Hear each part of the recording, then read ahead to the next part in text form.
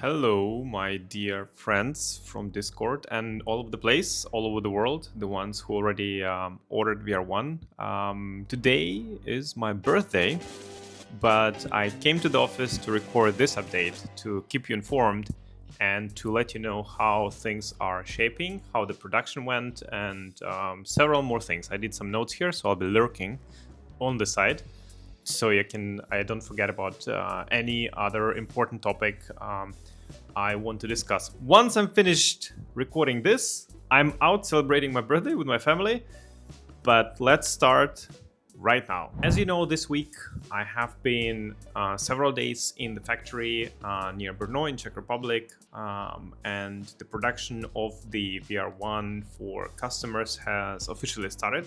I will be showing some videos probably meanwhile I'm talking. And it overall went really well.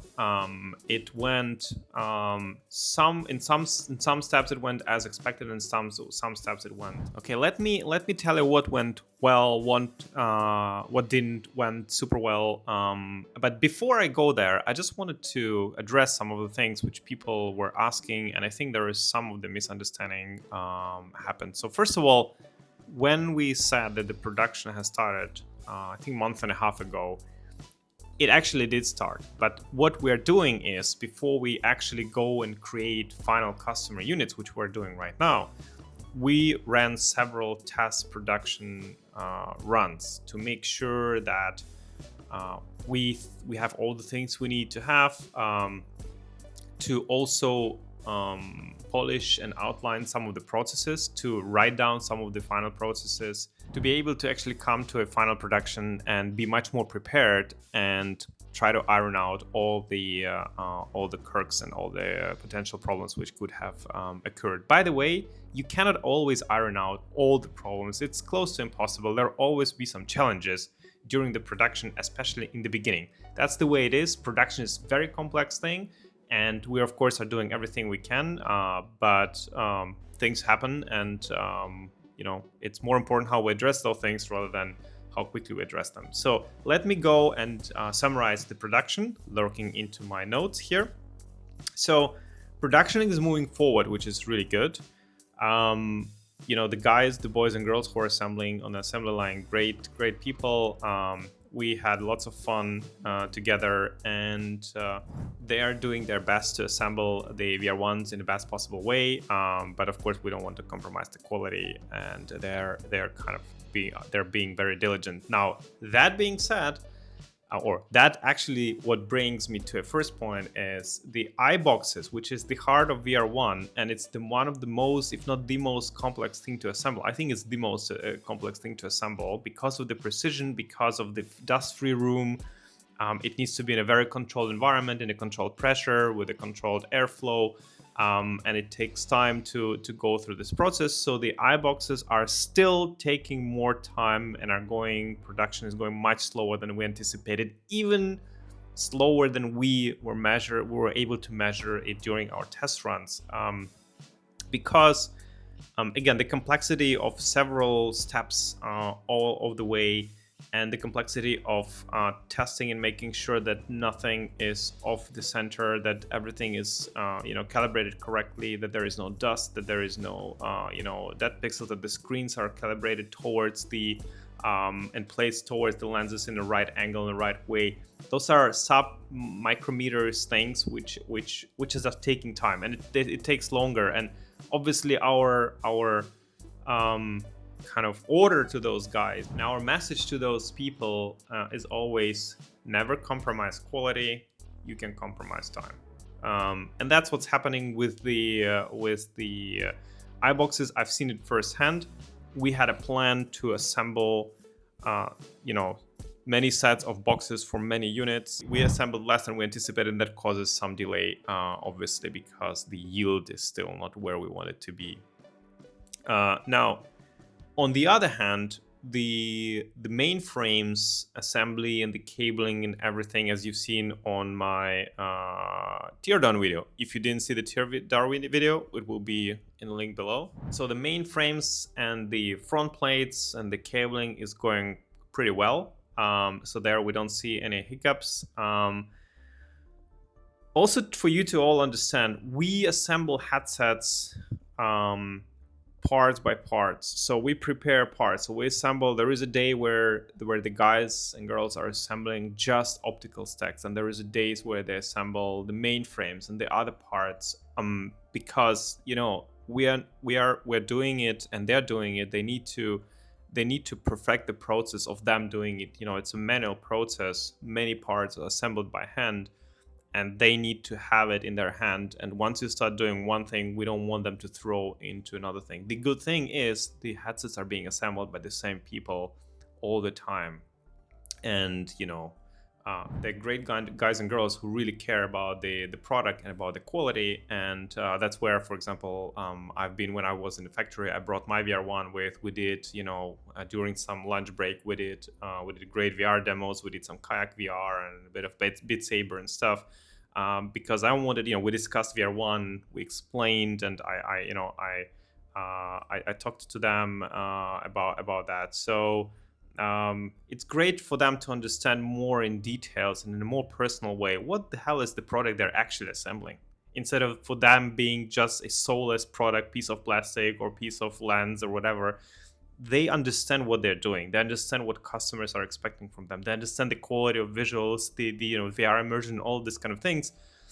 It's a different approach, towards the production. It's very, very, very personal.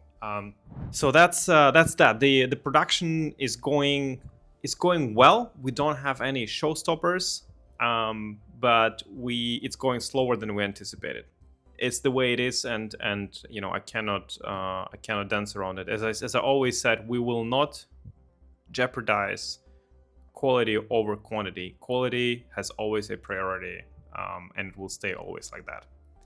Now, in terms of the planning, next week we continue. So now they are doing some other parts where it's not that necessary for me to be in. But next week we continue, and next week will be the final assembly of the customer units, and that's where I'll be there as well, being the final boss to be beaten for the quality assurance. So the headsets will go the standard quality assurance process, which we have, which is pretty rigorous, and then I will be the final one who will be carefully with the gloves looking through the headsets, making sure that everything is fine, inspecting each headset, and once I approve them, then they will be approved to be later shipped to the customers.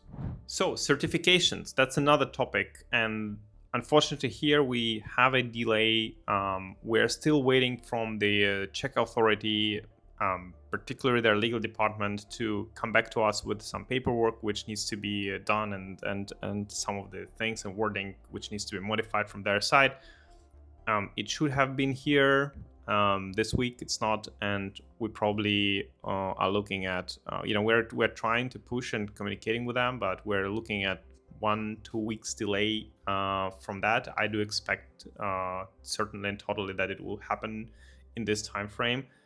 Just again, it's something which we cannot fully control. It's out of our hands, and we're trying our best to make sure that it happens as fast as possible. But it doesn't stop the production. So production continues. The units will be prepared. As just once we have the papers, we can actually ship to customers. US certifications should be happening in the end of this month, and thus this should unlock us the possible shipments of units. Again, if we get everything well, it should unlock us possible unit shipments in the second week of September, roughly something like that. There. Now, overall timeline, I want to say that we're still on time to start shipping customer units in August. Now, when you were purchasing and when we said it, and it was written and it's still written there, all the timelines and shipping dates are always written to be estimated. It's not just the word there. It's because when you do a complex production, we cannot have a precise date for the when everything just goes out. It's impossible. So we always have to write estimated, because it's our best possible outline of what we think we can achieve. We don't put it too fast, or we don't overpromise on purpose. We don't underpromise on purpose. We put their dates which we believe we can achieve. because we don't need to overpromise right now. At this point, I think people right now ordering still October, November, or November, December. So it's already far out there. But it's something, when the start of the production happens, it's always an estimated date, and that's how it is. So please bear in mind, we're not launching the rocket into the space where we have 30-minute window. We have to make sure that everything is right. And if something is going slower, then it's going slower. And if there is a certification problem, then there is a certification problem. We try our best. You have to realize also that to ship the headset, we've been buying components throughout the years, and some of the small things, they're arriving sometimes later, even though that's not the case for right now. But what I'm explaining is that all of that affects the timelines. Everything affects the timelines. If we find a defect in one of the cables, for example, we had a problem with one of the cables connecting, or sub cable connecting from the main board to towards the screen. We had to remanufacture the whole batch because we didn't even want to have a chance to compromise of the quality of those flexes. So we had to rerun the whole batch, which again slowed us down. But that also helped us to understand, because we did the test runs, we did the tests of the headsets, and we realized that there's a slight possibility that there might be a problem, and we just eliminated even that. But that meant for us to remanufacture everything. So it's a very complex thing. Again, I'm not telling you even one hundredths of what is happening behind the scenes, but you need to understand it's a very complex undertaking. Now, by the way, because we're shifting right now, some of the units will be shipped in August, some of the units will be shipped in September. It doesn't mean that the batch of September, October will be delayed by the same time, because we're already looking at, the yield from the factory will increase dramatically. And we're also looking to have a 2-shift production to make sure that we can manufacture faster, so that we can outbound the order still on time, without any delays. And we'll be discussing that with the factory management actually next week. We already started to kind of outline those. They already know it, but we need to make the decisions how and fast, because again, if we take the 2 shifts, we need to also make sure that the people coming in for the second shift, they know all the processes. They need to teach and learn all the processes. So it's a complex undertaking. So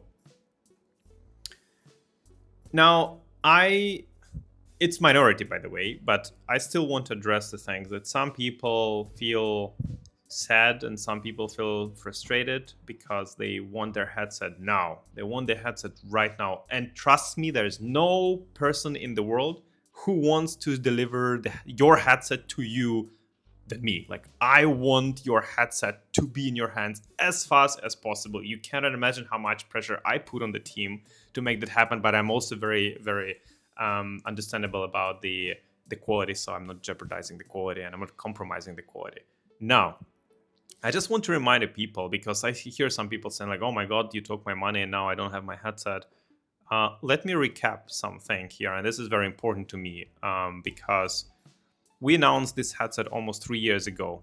We took zero money for pre-orders. We took nothing.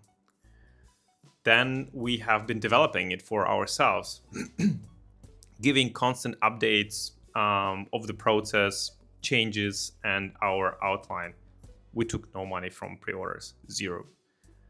We allowed people to reserve their spots for free. But to anchor your positions, we have developed the website for this, so you guys can anchor your positions and reserve it for those who really want to have the headset earlier. We took zero money for that. We have shown the headset to YouTubers, collected a lot of feedback. They've seen the production facilities. We took zero money from anyone still, because we didn't want to. We have been investing and preparing not only the materials throughout the years, buying all the components, but also into the factory. We took zero money from customers, zero. We have shown the headset finally to the Flight Sim Expo, and at that time we opened the orders for people to be able to place their fixed order and to anchor their position in the line for us to start the production, but only after we were 100% satisfied with what the product was. We heard more than 200 plus people feedback from the crowd who loved the headset, and we were certain to 100% degree that that's the product we want to ship. And only at that time we start taking money, which is, by the way, fully refundable orders. So if something changed for someone, or if if something is up, you can, for you, if you don't want anymore, or if you cannot afford the headset anymore, or whatever the reason, you can of course cancel and get the full refund. We obviously want you to stay with us and be our client, as many other people are ordering, but I understand life is life and things happen. And I think, I understand sometimes the frustration. People want to have the headset as fast as possible, but I stand by the way how we proceeded with this headset. I wish everybody would do things like that, where you get full transparency, you get full story of the development, and you don't need to risk your money. You even get to reserve your spot to be the first, but you don't need to pay the money. And only when the company is fully ready and love the product and fully ready to start, production and shipments, that's where the money, or when the company starts taking the money. So I ethically stand by our decisions and the way how we handle this situation. I understand that you guys want the headset as fast as possible. You cannot imagine how much I want the headset to be in your hands as fast as possible. Like, that is true, and I cannot wait for you to start using it. Now, there's few things which guys wanted me to answer quickly, to address. 72 hertz and 120 hertz modes will be released at once. They're being tested, and we hope to release them either in August or beginning of September, but it should be roundabout in the same timeline when the first headsets are being shipped to the customers. Local dimming implementation is in process. It's not as easy because we are trying to do it properly and right, and we will do it right. So I'm expecting it's not going to happen until probably October, maybe November. I would say we see how it goes, because it's a little bit of fluctuating thing. When we are fully happy with that, we'll be releasing maybe the beta version of it. Again, many people said that the color is already great without local dimming, but I want local dimming. I want you to see our implementation of local dimming, because that's something that will be a treat for your eyes. So I will update you in the next update, probably in the end of the month or in the beginning of September, where we stand with local dimming in a more precise way. Also, the final tests with VR Optician are happening. We also want to make sure that the lenses, or the VR Optician guys, I also want to make sure that the adapter lenses are as perfect as possible, and it should be plus minus the same timeline depending how things are going in the final tests. But I'm hopeful it should be in the same timeline as the first batch or second batch of the units coming into the customers. You'll be able to order it from the VR Optician, but I leave it up to them and us to announce other things later. 3D files for the printing. So this frame and the anchor points and these anchor points will be released again this month, in line with alongside the first shipments. We will try to release them earlier, so we're working on them, and you'll be able to start tinkering with those anchor points and print some stuff. So that's ongoing already with the team. And yeah, I think that's all I wanted to cover in this update. Again, I wish we could do it faster, but we can't. We are trying our best, and we want to move in a pace of which we are certain that there is, that this headset will serve you 5+ years, no questions asked. You will love the headset and you will not want to switch to anything else. Now, the only thing we are in race, we're not racing against anyone. We're racing against ourselves and our quality controls and our production processes and everything else. And we want it to be diligently great. So I'm doing everything I can. The guys and girls on assembly line are doing everything they can. I hope you understand. And by the way, I just want you to remember, first of all, thank you for being with us, and thank you for all the new orders coming in.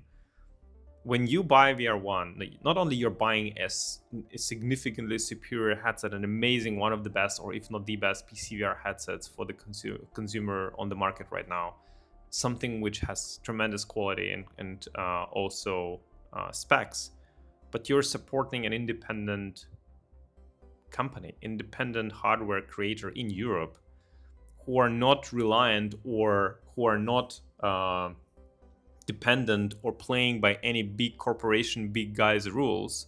We're just doing the thing we believe is the best for PC VR market. That is important to understand. And obviously that comes because we produce in Europe, because we produce here. It comes with a higher cost, even though I still think the VR1 is actually priced pretty fairly. But please remember that, because there's so many shit, sorry for that, happening around in the markets in general. We want things to be right how we believe they should be. We're all enthusiasts here, ourselves at Somnium VR engineers and other guys who we're working with. We're super enthusiasts. If you didn't see Somnium Connect, go look at the footage of Somnium Connect. I'll link it below as well of this video. But thank you for supporting us in doing the right thing. And trust me, together we'll make virtual reality incredible, and PCVR will be flourishing and will be growing and will actually be used by more and more people, and also more and more companies, because companies are actually having a great deal of interest in VR1. And I'm talking to great companies, several times a week. So yeah, thank you very much. Thank you for being with us. And until the next update, join our Discord. I'm always there, maybe too much. And now I'm off eating cake and celebrating my birthday. Whoop! Bye-bye.